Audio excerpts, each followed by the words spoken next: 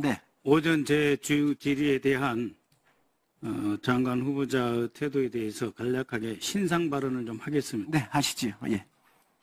네, 국회 인사청문회는 국회 임명 동의나 선출을 요하는 공직 후보자 또 대통령이 임명하는 국무위원들의 특정 공직에 대한 자질과 업무 적합성을 검증한 자리 아닙니까? 그래서 질의를 하고 답변을 하면서 의견을 청취하는 자리입니다. 오전 질의에 김영현 후보자가 본 의원의 질문에 대해서 허위사실이다, 정치적 선동이다 답변하셨습니다. 그런데 제가 10가지를 지적을 했어요. 상습적인 공직자윤리법 위반, 이수 페타시스 대가성 취업, 부동산 거래 의혹, 자녀 유학 비용, 아들 취업, 17사단 시절의 현수막 개첩, 충암파에서 영연파로의 진화, 방첩사령관, 특전사령관, 수방사령관과 경호처장과의 만찬, 그리고 청와대 용산 이전 시 안보 위협 증대 10가지. 여기서 어느 것이 선동입니까? 제가 근거를 가지고 질문을 드렸습니다. 어느 것이 선동입니까? 한 서너 가지라도 한번 짚어보세요. 그래서 장관 후보자께서도 이 자리에 오시기까지 많은 준비를 했지만 의원들도 나름대로 많은 준비를 하고 상호 존중 기조 하에 비록 기에 거슬리실지라도 공직 후보자의 적합성에 대한 검증을 하는 겁니다. 그런 점을 유념해 주시기를 부탁드립니다. 네, 박선원 의원님 신상 발언해 주셨고요. 잠깐 제가 말씀을 드리면 저도 박선원 의원님께서 지적하신 부분에 일리가 있다고 생각을 해서 답변하실 때는 좀 사실과 다르다든지 은유적으로 표현을 해달라 이렇게 제가 요청을 드렸습니다. 후보자님께서도 사실하고 좀 틀리더라도 좀 사실이 틀린 부분은 이렇게 틀린 부분을 바로 잡아달라 이렇게 말씀해 주신다든지 또 의원님들께서는 야당 의원님들께서는 질의를 여당 의원님보다는 강하게 하십니다. 그리고 팩트가 조금 있든 없든 간에 어쨌든 또 여러 가지 측면에서 검증한다는 측면에서 세게 하시는 부분도 있으시기 때문에 후보자님께서 그런 부분들을 좀 고려하시고 또 정중하게 이렇게 대해 주시기를 부탁을 드립니다. 박선원 의원님 질의해 주시겠습니다. 위원장님. 네, 오전에 여당 의원들께서 국방장관과 방첩사령관 등이 같은 학교였던 적이 여러 번 있다고 하면서 전혀 문제가 아니다라고 하는데 후보자 계엄법 제2조에 따라 대통령에게 계엄 선포 건의할 수 있는 사람 바로 국방장관과 행정안전부 장관이죠? 예, 그렇습니다. 자, 이 PPT 화면 다시 보여주세요. 여기 보시면 제가 하나의 알짜에 충암파로 이은 영연파로 지금 집대성되고 있다 말씀드렸는데 한번 보시죠. 여인영, 박종선, 김중호 세 사람 충암고 한 사람 여기 빠졌는데 이진우 수도방위사령관, 김영현 후보자 구사단 재직 시 사단장 아들, 김승현 육사 38기, 김옥채 38기, 신만택 38기, 최병로 38기, 조성직 38기, 조창래 현 국방정책실장, 같은 캠프 출신 이기식, 강구영, 신인호 몇 사람입니까 도대체? 이 외에도 많아요. 그래서 충암파가 영연파로 확대 집대성되었다라고 하는 것인데 그것의 문제점은 바로 오전 김민석 의원이 지적했던 계엄과 연관이 있어서 강조해서 질문 드리는 겁니다. 다음 슬라이드. 자, 보십시오. 계엄 선포 시 지휘체계입니다. 지금 아까 그 행정안전부 장관, 이상민 행정안전부 장관, 충암고 국방장관 되시면 충암고 계엄사령관 누가 될지 모르나 현재 여인영이 올라가면 충암고 합수본부장 37이 올라가면 충암고 그리고 지금 오늘 발표된 경호처장 유력지 되는 이충호 후보자의 후임 역시 충암고. 그래서 질문 드리는 거예요. 그 다음에 국방부 계엄 비상대책회의 구성 멤버 한번 보십시오. 다음 슬라이드요. 국방부 비상대책회의 참석자 기무사령관, 특전사령관, 수방사령관, 국방부 정책실장, 그리고 장관, 합참의장, 이 중에 합참의장이나 일부 사람 제외하고 최소한의 인원으로 편성하면 바로 중함파 중심으로 가는 겁니다. 이상민 장관 중함고죠.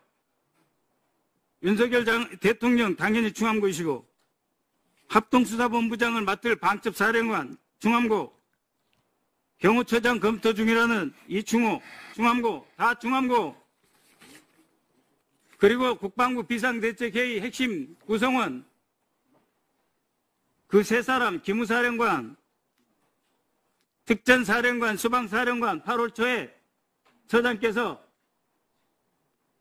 경호처 관저 만찬으로 부르셨죠. 그래서 제가 지적하는 거예요. 다음 질문 또 하겠습니다. 본 의원은 최상병 건 초기부터 매우 큰 의문이 있었습니다. 왜 이 사건이 이렇게 커져야 되느냐? 과연 이 일이 그렇게 커질 법한 일이었는가? 신원식 장관은 국회 본회의에 출석해가지고 대통령은 국군 통수권자로서 장관을 통해서 수사 지휘 등 통수권을 행사할 수 있고 박정훈은 항명죄다 그렇게 말씀하셨죠. 후보자께서 유사 사항이 벌어지면 장관으로서 어떻게 하실 겁니까? 법 질서 무시하고 갖다 주라는 서류 다시 회수하라고 지시하실 겁니까? 작년 7월 31일 이종석 국방장관은 02-800-7070 전화 받았어요. 그리고 최상병 사건 경찰 이첩 보류 지시하였습니다. 그런데 조태영 국정원장은, 슬라이드 부탁합니다. 조태영 국정원장은 지난 7월 29일 정보위에서 800-7070 전화 안 받았답니다. 왜 안 받았느냐? 7070 번호는 대통령 전화가 아니어서 받지 않았다. 그러면서 결국 제가 대답을 했습니다. 이렇게 실토를 했어요. 그러면 7070이 경호처장인 겁니까? 대통령 것이 아니면 누구 겁니까? 도대체 장관들에게 마구제비로 전화할 수 있는 분이 누구십니까? 경호처장입니까? 김건희 여사입니까? 답변 부탁드립니다.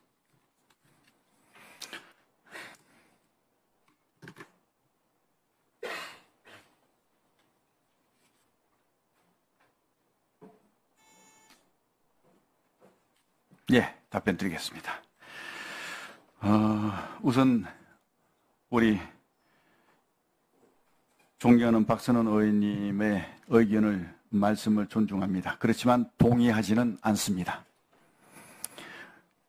충암파 말씀을 하시면서 777 사령관, 방첩 사령관 말씀하시면서 정보를 장악하고 말씀을 하시는데 777 사령관은 정보가 맞습니다. 근데 이 우리 군의 정보직위 중에 정보직위가 장군이 20명이거든요. 20명이 넘습니다. 20명이 넘는 장군 직위 중에 777 사령관 1명이 딱 충암 출신입니다. 이걸 가지고 정보를 장악했다 이런 말씀하시는 거는 조금 과하신 것 같고요. 두 번째 이제 방첩사령관까지 하면 정보를 장악한 게 아니냐. 방첩사령관은 정보가 아닙니다. 작전입니다. 그리고 방첩사령관은 방첩을 하는 업무를 하는 것이지 정보를 하는 업무가 아닙니다. 그래서 이거를 같이 이렇게 엮어서 말씀하시는 것은 맞지 않다라는 말씀을 드립니다. 그리고 방첩사령관은요. 군 수뇌부에 포함이 안 됩니다. 군 수뇌부에는 사성장군 8명과 해병대 사령관에서 9명이 그 수뇌부에 구성이 됩니다. 이 수뇌부들이 모든 중요한 결정들을 군무회의를 통해서 다 합니다. 그런데 방첩사령관 1명을 가지고 자꾸 충암판이 하나에 하는 말씀은 너무 지나치시다. 저는 그렇게 생각을 합니다. 그 다음에 이제 전화번호 관련해서는 대통령이시냐 아니면 저냐 여사님이냐라는 말씀하시는데 이런 전화번호 자체가 제가 알지를 못한다고 말씀드릴 수밖에 없습니다. 왜? 대통령실 전화번호는 우리 대한민국뿐만 아니고 전 세계 모든 국가들이 다 보안으로 관리를 하고 비공개하고 있습니다. 왜냐?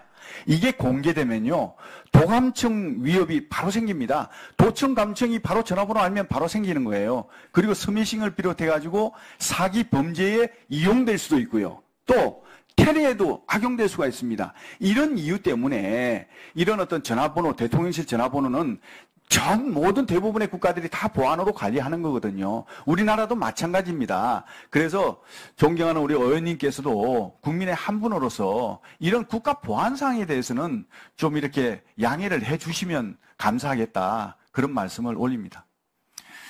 네.